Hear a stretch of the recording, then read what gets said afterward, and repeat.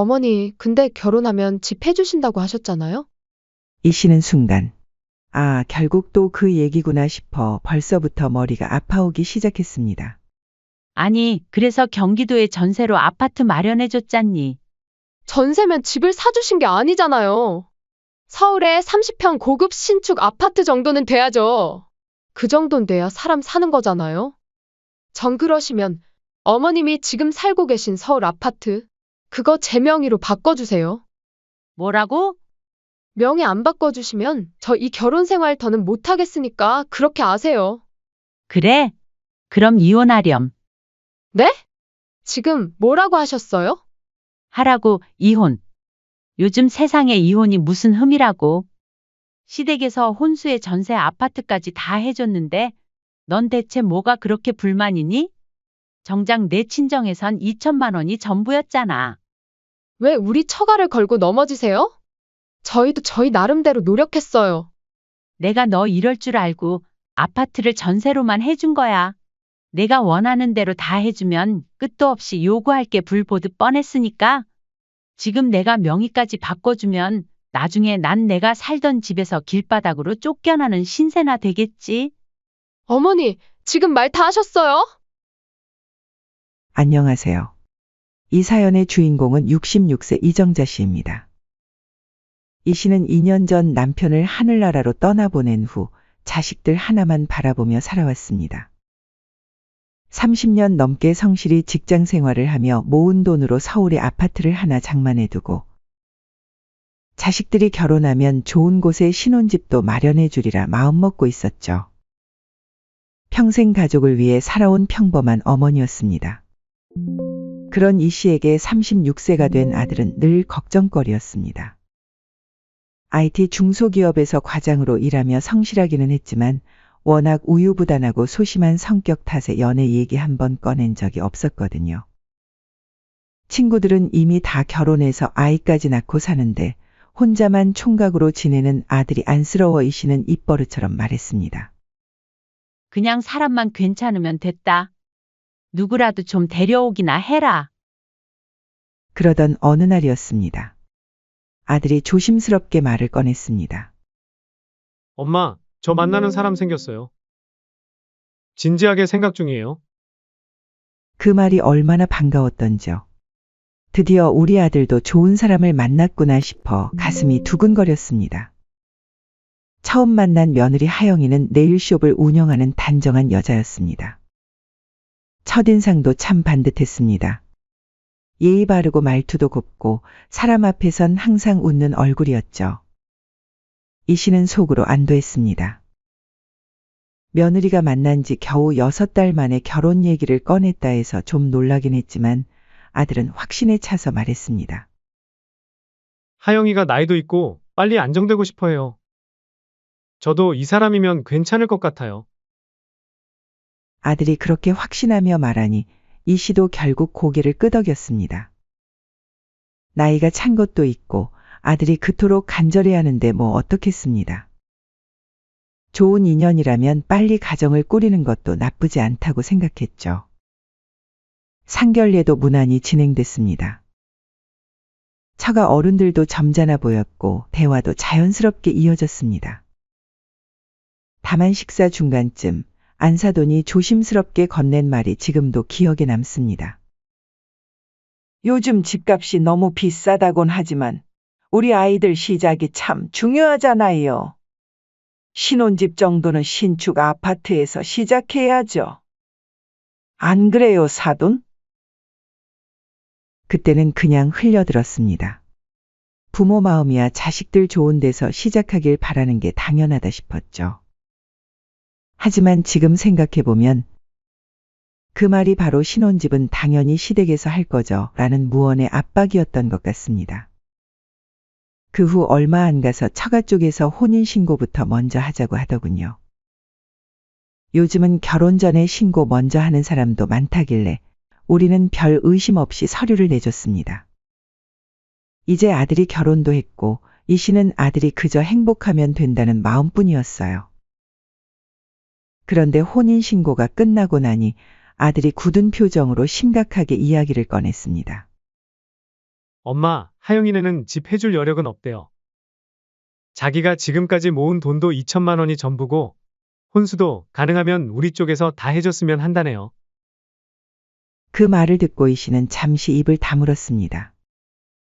속으론 돈 없는 건 괜찮아 그런 게 중요한 건 아니지 싶으면서도 정작 상견례 때는 그렇게 당당하게 신축 아파트 얘기를 하던 처가댁이 실상은 지원 하나 못 해주는 형편이었다는 걸 알고 나니 뭐라 형용할 수 없는 묘한 기분이 들더군요.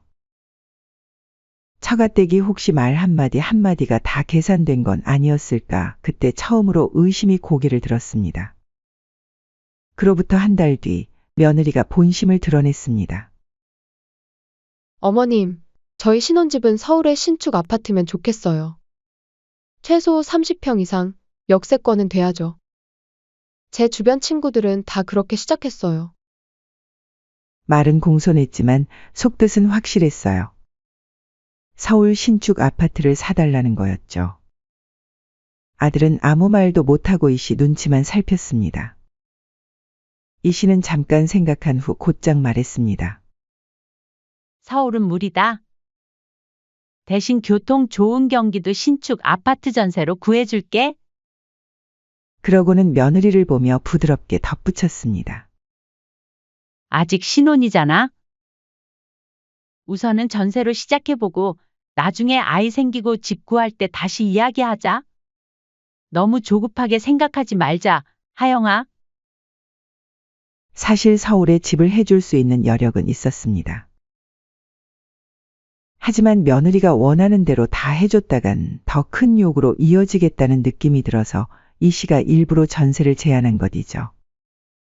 첫 단추를 잘못 꿰면 끝까지 휘둘릴 것 같았습니다. 며느리는 이 씨가 완고하게 나가니 별 수 없이 고개를 끄덕였습니다. 하지만 그 표정에서 실망이 역력히 드러났습니다. 마치 이 정도밖에 안 해주나 하는 기색이었죠. 그렇게 경기도 전세로 신혼집을 마련해줬습니다. 입주 당일에도 며느리는 별로 내키지 않는 표정이었습니다. 아들만 그래도 하영이가 이해해줬어요 하며 안도한 것 같았지만 이 씨는 오히려 더 불안해졌습니다. 그날 밤 이 씨는 혼자 생각에 잠겼습니다. 뭔가 시작부터 어긋난 것 같은 불안한 기분을 떨칠 수 없었습니다. 하지만 그때만 해도 이 씨는 몰랐습니다. 이게 시작에 불과하다는 걸 말이죠. 결혼하고 몇 달이 지나면서 며느리의 진짜 모습이 하나씩 드러나기 시작했습니다.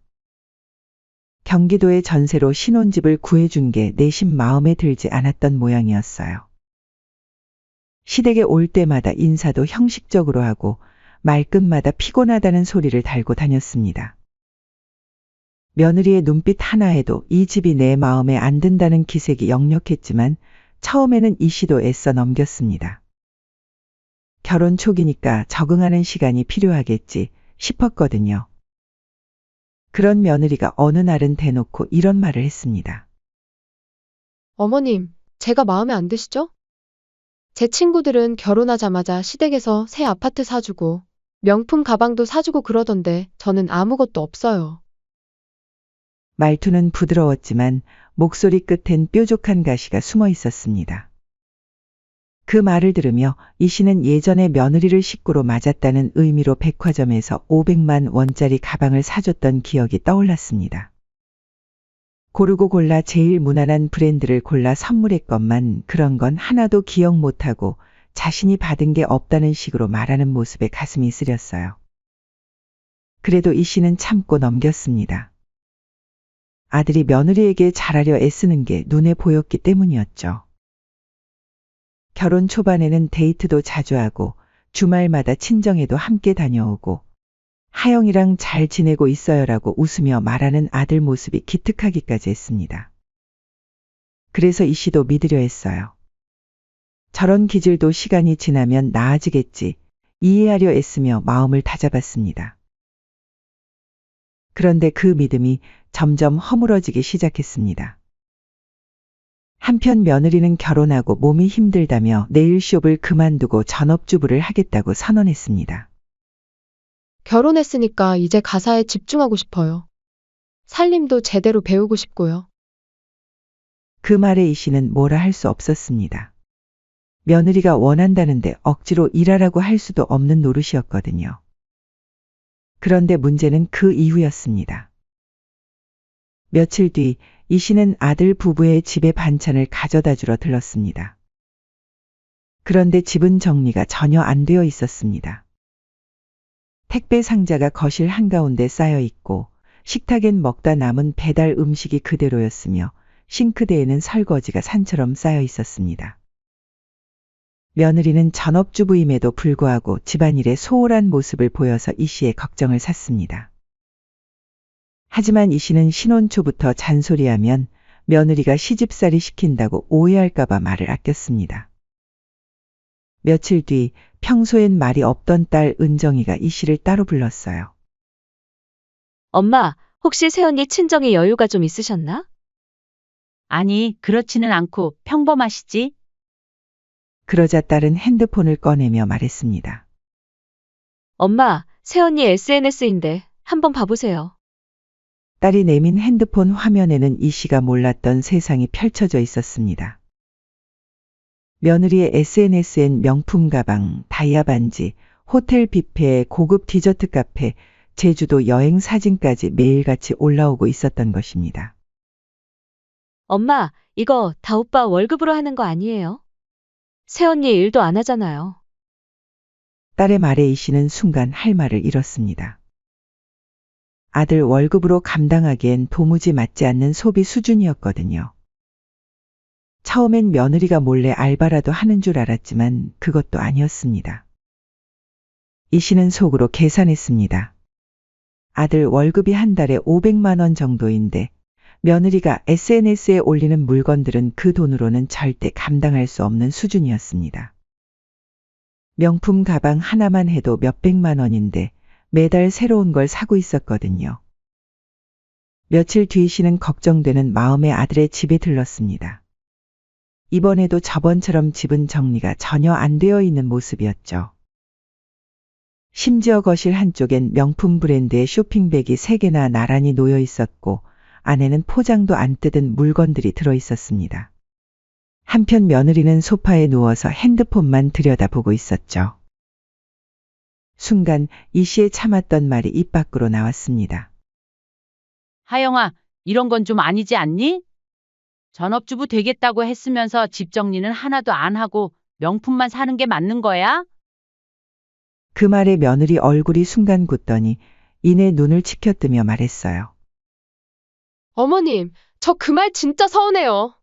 저 솔직히 승훈 오빠 나이도 있고 돈도 잘 벌어서 좋아한 거예요. 그리고 솔직히 말씀드리면 전 시댁에서 집 해줄 줄 알고 결혼한 건데 경기도 전세라뇨. 쪽팔려서 친구들한테 말도 못해요. 이 씨는 순간 숨이 턱 막혔습니다. 경기도 전세가 왜 쪽팔려? 그게 뭐가 중요한 거니? 정말 창피해요. 다른 친구들은 시댁에서 아파트도 사주고 차도 사주고 그러는데 이 씨는 무슨 말을 해야 할지 몰랐습니다. 눈앞이 흐려질 정도로 어지러웠고 멍하니 서 있다가 조용히 손에 들고 있던 가방만 꼭 쥐고 있었습니다. 며느리는 계속해서 말을 이었습니다. 어머님, 저 진짜 친구들 만날 때마다 기가 죽어요. 그래서 기가 죽어서 명품 가방이라도 들고 나가는 거예요. 이해 좀 해주세요. 대체 무슨 돈으로? 승훈 오빠 카드요. 오빠가 쓰라고 줬어요. 그제야 이 씨는 깨달았습니다. 며느리는 아들이 준 카드를 사용하고 있었고 그래서 며느리가 그런 사치를 부릴 수 있었던 거였죠. 그날 집으로 돌아오는 길에 이 씨는 이 결혼, 어쩌면 처음부터 뭔가 틀어졌던 걸지도 모르겠다는 생각이 들었습니다. 집에 도착해서도 한참을 멍하니 앉아 있었습니다. 며느리의 그런 모습을 보면서도 참고 있을 아들을 생각하니 가슴이 답답했어요. 아들은 과연 이 결혼 생활이 만족스러울지 의심이 들었습니다. 그날 밤 이 씨는 아들에게 조심스럽게 물어봤습니다. 승훈아, 하영이랑 잘 지내지? 네, 잘 지내요. 하지만 아들 목소리에는 예전 같은 밝음이 없었습니다. 뭔가 피곤해 보였고 말수도 줄어든 것 같았어요. 혹시 힘든 일 있으면 엄마한테 말해. 알겠지? 네, 알겠어요. 아들은 그렇게 대답했지만 이 씨는 느낄 수 있었습니다. 뭔가 잘못되어 가고 있다는 걸 말이죠. 며칠 후 이 씨는 또 다시 충격적인 사실을 알게 됐습니다. 아들이 새벽에 대리운전을 하고 있다는 걸 우연히 알게 된 것입니다. 길에서 아들을 본 이웃이 이 씨에게 전화를 걸어왔습니다. 정자야, 승훈이가 왜 새벽에 대리운전을 해? 혹시 집에 무슨 일 있어? 그 말에 이 씨는 깜짝 놀랐습니다. 아들이 부업을 한다는 말은 한 번도 들어본 적이 없었거든요. 이 씨는 바로 아들에게 전화를 걸었습니다. 승훈아, 너 대리운전 한다는 게 사실이니? 아들은 한참 뜸을 들이더니 작은 목소리로 말했어요. 엄마, 죄송해요. 말씀드리려다가 걱정 끼쳐드릴까봐. 왜 갑자기 대리운전을 하는 거니? 이번 달 카드값이 좀 많이 나와서요. 그래서 부족한 생활비를 채우려고. 그 말에 이 씨는 가슴이 철렁했습니다. 며느리의 사치 때문에 아들이 새벽까지 일을 하고 있었던 것이었죠. 그날 밤 이 씨는 잠을 이룰 수 없었습니다. 이런 식으로 가다가는 곧 아들이 쓰러질 것 같았거든요. 설마 아들이 결혼한 지 겨우 몇 달 만에 이런 일이 벌어질 줄은 꿈에도 몰랐습니다. 뭔가 조치를 취해야겠다는 생각은 들었지만 이 씨는 어떻게 해야 할지 막막했습니다. 그러던 중 며칠 전부터 며느리의 행동이 심상치 않았습니다. 뭔가 말을 꺼낼 듯 말 듯 하더니 그날 저녁 결국 일이 터지고 말았죠. 평소처럼 반찬 몇 가지 싸들고 신혼집을 찾았을 때였습니다. 며느리는 평소보다 차갑고 말이 없었어요. 뭔가 분위기가 어색했지만 이 씨는 별 생각 없이 냉장고에 반찬을 정리하고 있었습니다. 어머니, 차 한 잔 드실래요? 며느리가 말을 걸어왔지만 목소리에 어딘가 어색함이 묻어 있었어요. 이 씨는 고개를 끄덕이며 거실 소파에 앉았습니다. 며느리가 차를 가져다 주며 조심스럽게 입을 열었어요. 어머니, 근데 어머님 아파트 혼자 사시기엔 좀 크지 않으세요? 갑자기 무슨 얘기인가 싶어 이 씨는 고개를 들었습니다. 응, 갑자기 그건 왜? 아니에요. 그냥 30평이나 되잖아요. 어머님 혼자 계시기엔 좀 넓은 것 같아서요. 이 씨는 뭔가 이상했습니다. 며느리가 왜 갑자기 자신의 집 크기를 거론하는 건지 의아했어요. 그게 왜? 내가 편하게 살고 있는데. 아, 그냥요. 요즘 집값도 많이 올랐던데 좋으시겠어요. 특히 어머님 동네는 재개발 얘기도 나오고. 며느리의 말을 듣는 이 씨의 표정이 점점 굳어졌습니다. 며느리가 지금 뭘 하려는 걸까 싶었거든요. 잠시 뜸을 들이던 며느리가 드디어 본격적으로 입을 열었습니다. 어머니, 근데 승훈 씨한테는 결혼하면 집 해주신다고 하셨잖아요? 이 씨는 순간 멍해졌습니다. 아, 결국 또 그 얘기구나 싶어 벌써부터 머리가 아파오기 시작했죠. 아니, 그래서 전세로 아파트 마련해줬잖니. 그러자 며느리는 그동안 참고 있던 말을 마구 쏟아내기 시작했습니다. 전세면 집을 사주신 게 아니잖아요. 이 씨는 깜짝 놀라 며느리를 바라봤습니다. 서울에 30평 고급 신축 아파트 정도는 돼야죠. 그 정도는 돼야지 사람 사는 거잖아요. 전 그러면 어머님이 지금 살고 계신 서울 아파트 그거 저희 명의로 바꿔주세요. 이 씨는 귀를 의심했습니다. 뭐라고? 안 그러면 저 이 결혼 생활 못 하겠으니까 그렇게 아세요. 그 말에 이 씨도 모르게 가슴에서 울컥하는 게 치밀어 올랐습니다. 그동안의 며느리의 행태와 사치, 그리고 아들의 고생. 고마움 없이 돈만 바라는 모습들이 한꺼번에 떠올랐죠. 그래, 그럼 이혼하렴. 순간 이 씨의 입에서 그렇게 말이 나가버리고 말았습니다. 그러자 며느리는 눈을 크게 뜨며 되물었습니다. 네? 지금 뭐라고 하셨어요? 며느리의 얼굴에는 당황과 충격이 뒤섞여 있었습니다. 설마 시어머니가 이렇게 나올 줄은 몰랐던 것 같았습니다. 이 씨는 그 아이 눈을 똑바로 바라보며 다시 말했습니다. 하라고, 이혼. 요즘 세상에 이혼이 무슨 흠이라고. 시댁에서 혼수의 전세 아파트까지 다 해줬는데 넌 대체 뭐가 그렇게 불만이니? 정작 내 친정에선 2천만 원이 전부였잖아. 며느리의 얼굴이 붉어지더니 목소리를 높였습니다. 왜 우리 처가를 걸고 넘어지세요? 저희도 저희 나름대로 노력했어요. 그 말에 이 씨는 더는 참지 못하고 쏘아붙였습니다. 내가 너 이럴 줄 알고 아파트를 전세로만 해준 거야. 내가 원하는 대로 다 해주면 끝도 없이 요구할 게 불보듯 뻔했으니까. 지금 집 명의까지 바꿔주면 나중에 난 내가 살던 집에서 쫓겨나는 신세나 되겠지? 어머니, 지금 말 다 하셨어요? 며느리는 얼굴이 새빨개지더니 씩씩거리며 이 씨를 문 앞까지 끌듯이 몰아세웠습니다. 어머니, 오늘은 돌아가 주세요. 지금 저도 감정이 많이 상했어요. 며느리는 이 씨의 말을 끊으며 현관문을 열어젖혔습니다. 쾅! 문이 닫히는 소리가 등 뒤에서 울렸습니다. 그렇게 쫓기듯 집을 나오는 순간 이 씨의 마음속이 얼얼했습니다. 사실 정말 이혼까지 시킬 생각은 아니었는데 그 말이 나와버렸다는 사실이 스스로도 믿기지 않았습니다. 그날 밤 이불을 덮고 누운 채 천장을 보며 한참을 멍하니 있었습니다.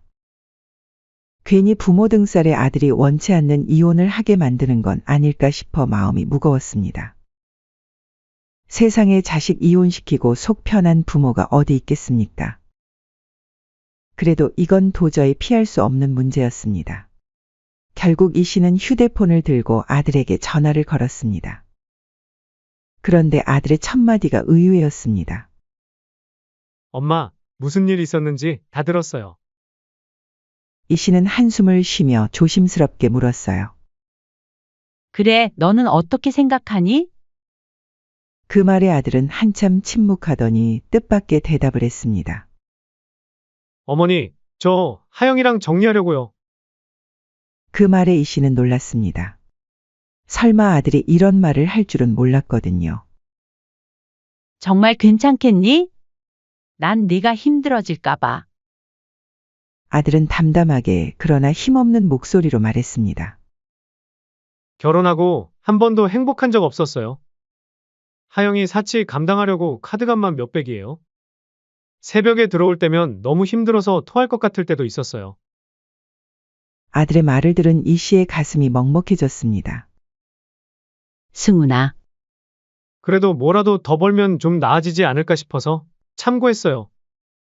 근데 하영이는 매일 엄마 진명에 빨리 넘겨봤자며 저를 들들 볶는 바람에 탈모까지 왔어요. 순간 이 씨의 가슴이 철렁 내려앉았습니다. 그러고 보니 아들의 머리칼이 어느새 듬성듬성 비어 보였던 게 그제야 떠올랐습니다. 결혼 전엔 검소한 척을 한 거였어요. 아껴 쓰는 모습 보여주고 저한테 시댁에 잘하겠다는 말까지 했죠.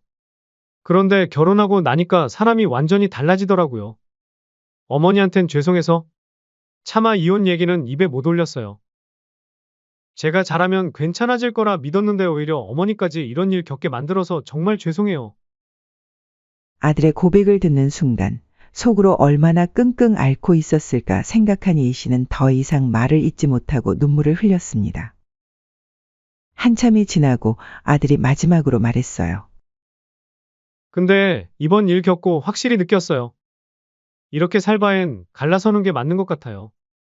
불효해서 죄송해요. 이 씨는 울음을 삼키며 조용히 말했습니다. 잘못된 건 고치면 되는 거야. 엄마, 불효는 무슨 불효니? 내가 살아야지. 내 인생인데 내가 결정해. 엄마는 내 편이야. 한편 며느리는 아들의 이혼 선언에 처음엔 발끈했습니다. 그래, 우리 갈라서. 며느리의 목소리에는 분노와 자존심이 뒤섞여 있었습니다. 마치 자신이 원해서 이혼하는 것처럼 말이죠. 하지만 막상 이혼이 현실로 다가오자 태도는 순식간에 180도 뒤바뀌었습니다. 며칠 뒤 기세등등하던 모습은 온데간데 없고 풀이 죽은 며느리는 아들과 함께 이 씨의 집을 찾아왔습니다. 두 손을 모으고 허리를 굽힌 채 문 앞에 서 있는 며느리는 마치 전혀 다른 사람이 되어 있었습니다. 어머니, 제발 승훈 씨 좀 말려주세요. 제가 그날 어머니께 너무 서운해서 충격요법으로 그냥 조금 세게 말한 거예요. 절대 진심 아니었어요. 저는 이혼할 생각 없어요. 이 씨는 냉정하게 웃으며 말했습니다. 이건 내가 결정할 수 있는 게 아니야. 이건 승훈이 뜻이야. 그리고 며느리를 똑바로 바라보며 덧붙였어요. 그리고 이혼하게 되면 전세 집짐은 다 정리하렴. 혼수며 집이며 다 시댁에서 해준 거니까 가져갈 것도 많이 없겠구나. 며칠 후 더욱 놀라운 일이 벌어졌습니다. 사돈 부부가 직접 이 씨의 집을 찾아왔습니다. 예전에 그 도도하고 고고하던 모습은 온데간데 없고 어딘가 초조한 얼굴로 고개를 낮춘 채였습니다. 아이고 사돈, 애가 철이 없어서 그런 겁니다. 안사돈의 목소리는 예전과 달리 떨리고 있었어요. 딸아이가 감정 조절도 잘 못하고요. 젊은 사람들끼리 다투다 보면 그런 거죠 뭐. 그냥 한 번만 용서해 주시면 안 될까요? 이 씨는 가만히 차를 내려놓고 말했어요. 사돈, 며느리가 그동안 했던 행동들 다 알고 계셨나요? 사돈은 말을 잇지 못했습니다. 제가요, 며느리한테 뭘 바란 게 아니에요. 기본적인 예의만 지켜줬으면 됐어요. 그런데 제가 죽은 남편과 30년 모은 돈으로 마련한 집을 두고 명의를 자기 이름으로 바꿔달라는데 그걸 제가 참아야 하나요? 아이고, 그게. 이 씨는 더욱 날카롭게 말을 이었습니다. 따님이 한 달에 카드값만 몇백씩 쓰는 거 알고 계셨어요? 우리 아들이 그 돈 마련하려고 새벽까지 대리운전하는 건 알고 계셨고요? 사돈 부부는 얼굴이 붉어지더니 아무 말도 못하고 고개만 푹 숙였습니다. 이해만 바랄 게 아니라 부모로서 딸에게 할 말은 하셔야죠. 분위기는 싸늘했고 사돈은 결국 말없이 고개를 숙이고 물러났습니다. 그런데 며느리는 끝내 포기하지 않았어요. 기왕 이혼할 거 소송이라도 할 거예요. 위자료든 재산 분할이든 받을 수 있는 건 다 받아야죠. 며느리는 협의이혼을 거부하고 소송을 걸어왔습니다. 하지만 며느리가 맞이한 것은 참담한 결과였습니다. 우리 측 변호사는 웃으며 말했습니다. 다행히 신혼기간이 4년 미만이라 법적으로는 혼인 중 재산 분할 대상이 아닙니다. 보통 이런 경우 서로 가져온 것만 들고 가는 게 일반적입니다. 더욱이 전세 아파트는 시어머니께서 마련해 주신 것이고 혼수도 대부분 신랑 측에서 준비했으니 가져갈 수 있는 건 없다고 봐야죠. 다행이네요. 참, 위자료는 어떻게 될까요? 위자료도 명백한 잘못이 며느리에게 있으니 이 정도면 며느님이 위자료를 지급해야 할 상황입니다. 오히려 며느리의 결혼 생활이 문제가 되어 위자료를 며느리가 줘야 할 상황에 몰리자 며느리는 다급해졌습니다. 법정 복도에서 며느리는 아들에게 무릎 꿇다시피 빌었어요. 여보, 제발 내가 정말 잘못했어. 나 위자료까지 내게 되면 완전 거덜나. 아들은 차가운 표정으로 며느리를 바라봤습니다. 이제 와서 그러면 뭐해? 내가 선택한 거잖아. 제발 한 번만. 정말 마지막으로 한 번만 봐줘. 결국 며칠간의 협상 끝에 이후 어떠한 이의도 제기하지 않겠다는 각서를 쓰고 남은 카드빚은 친정에서 모두 상환하는 조건으로 협의이혼이 성립됐습니다. 신혼집에서 나온 며느리는 친정으로 돌아갔고 전세집엔 여전히 아들 혼자 조용히 지내고 있었어요. 한동안 지쳐 있었던 아들은 이제 어느 정도 마음의 평정을 찾았습니다. 탈모도 조금씩 회복되기 시작했고 대리운전도 그만두었습니다. 어느 날 이 씨가 아들의 집을 찾았습니다. 소파에 나란히 앉아 차를 마시며 이 씨가 물었어요. 이제 좀 괜찮아졌니? 아들의 얼굴에는 오랜만에 평온한 미소가 떠올랐어요. 네, 많이 좋아졌어요. 이제야 제대로 숨 쉬는 것 같아요. 앞으로는 사람을 좀 더 신중히 만나보려고요. 이 씨는 미소를 지으며 말했습니다.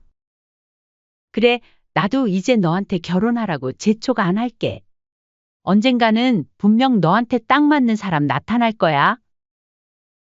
그리고 아들이 말했습니다. 엄마, 우리 요즘 시간도 많잖아요. 그 시간에 같이 제주도나 갔다 와요. 그래, 좋지.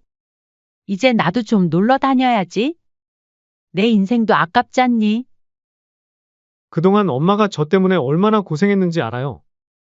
이제 제가 엄마한테 효도할 차례죠. 됐어. 무슨 효도야. 우리 그냥 재미있게 살자. 이 씨는 마음이 한결 가벼워졌습니다. 그동안 며느리 때문에 얼마나 스트레스를 받았는지 실감했죠. 그날 이후 두 사람은 제주도로 여행을 떠났습니다.